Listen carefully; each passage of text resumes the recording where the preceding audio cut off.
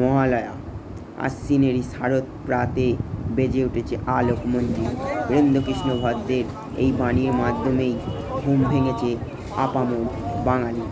তার চিরাচরিত কণ্ঠে চণ্ডীপাঠ আকাশ বাতাস মুখরিত করে তুলেছে। হিন্দু শাস্ত্রমতে আজ পিতৃপক্ষের অবসান, দেবীপক্ষের সূচনা। বাঙালির প্রাণের উৎসব তো আজ থেকেই শুরু হয়ে গেল। হিন্দু শাস্ত্র অনুসারে পিতৃপক্ষের অবসানের দিন প্রতিটা মানুষ তাদের মৃত পূর্বপুরুষদের উদ্দেশ্যে জল অর্পণ করে। সেই ধারা বজায় রেখে প্রতিটা গঙ্গার ঘাটে ঘাটেই প্রতিটা মানুষ তাদের পিতৃপুরুষের উদ্দেশ্যে জল দেয়া বা তর্পণের উদ্দেশ্যে ভিড় জমিয়েছে। সেখানে মন্ত্রোচ্চারণের মাধ্যমে তর্পণ চলছে। গঙ্গার ঘাটে ভিড় দেখার মতো, এবং সেই উদ্দেশ্যেই বাবা কাকা জেঠুদের সঙ্গে আমরাও হাজির হয়েছি শ্রীরামপুরের সিদ্ধেশ্বরী গঙ্গার ঘাটে। সেখানে মন্ত্রোচ্চারণের মাধ্যমে তর্পণ করতে এসেছে বহু মানুষ, এবং দেখতে পাচ্ছি তর্পণ শেষে বাবা জেঠু উঠে এসেছেন, এবং এখনও অনেক মানুষ দাঁড়িয়ে আছে। এবং সেই ঘাটেরই পাশে অন্য একটি ঘাট, সেখানে তুলনামূলকভাবে ভিড় কম। সেই ঘাট থেকেই আমরা বাড়ির পুজোর উদ্দেশ্যে জল তুলে নেওয়া হচ্ছে, যে জল পুজোর 4 দিন ব্যবহৃত হবে। এবং এখানেই আমি এবং পাপান দুজনে গঙ্গা স্নান সেরে নিলাম।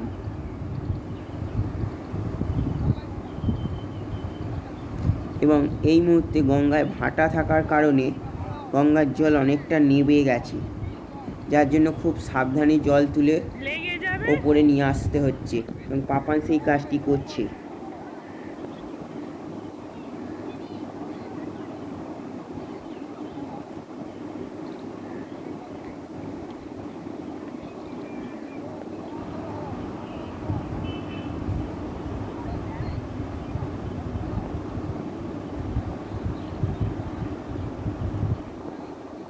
মহালয়ার ভোরে আজ বৃষ্টিপাত হলেও এই মুহূর্তে তুলনামূলক ওয়েদারটা যথেষ্ট ভালো, যার জন্য মানুষজনের ভিড়টা বেড়ে যাচ্ছে।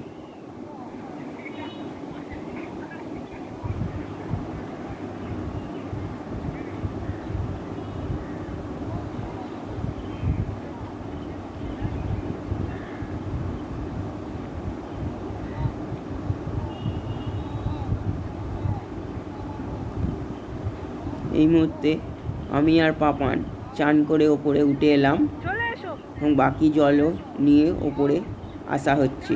এবার আমরা বাড়ির পথে রওনা দেব।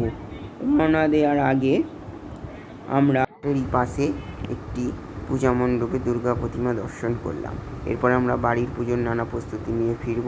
দেখতে থাকুন, সাবস্ক্রাইব করুন, শেয়ার করুন চ্যানেলটিকে।